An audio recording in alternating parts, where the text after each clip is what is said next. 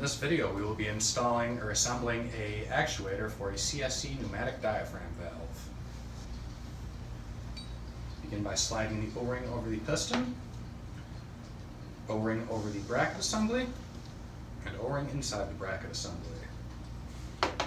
One last O-ring inside of the actuator housing, and follow up by lubricating all O-rings.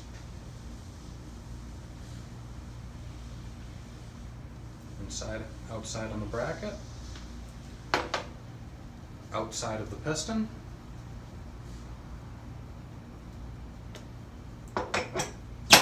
insert piston into bracket, spring into piston, finally tooling piece.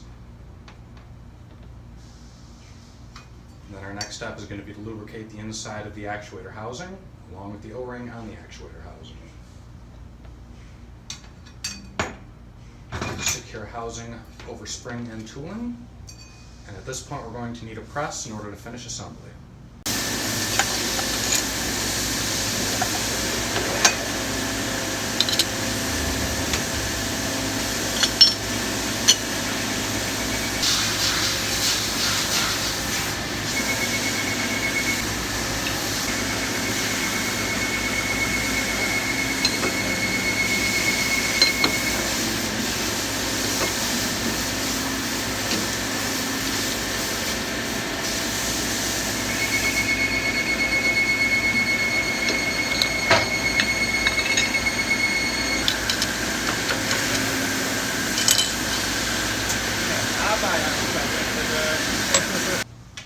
Begin by upper body housing.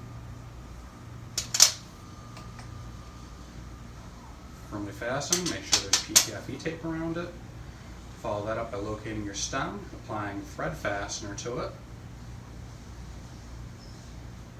Insert the stem into the upper body housing and actuator. Use pliers to tighten. Lubricate the screw on the gasket, lower body of gasket, insert into. Place nut into diaphragm disc and rotate diaphragm disc onto the gasket. Make sure that the tabs on the gasket are parallel with the tab. Slide the disc onto the stem. At this point we're going to hook up the air supply, being careful to use 60 psi. If we have too much, it's going to contract the disc too much, like right there. Lower the air pressure some. And that's what we're looking for, flat and even.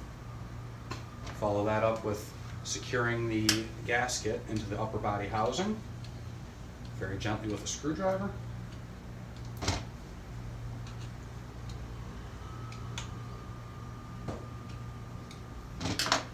At this point, locate your lower body housing.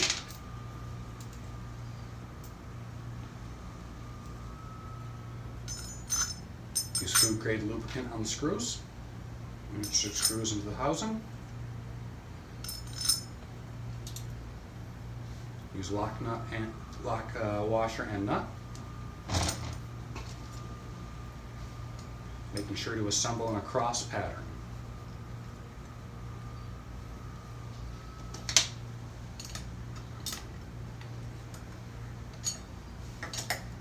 Slightly tighten. Then begin crossing on the other side.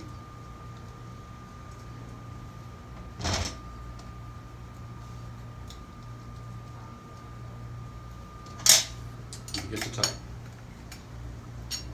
At this point, you're ready to go all around and finish tightening the thing. Release air supply.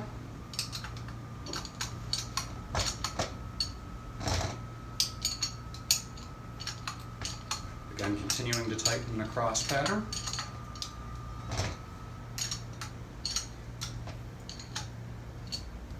And that is an assembled CSE pneumatic diaphragm valve.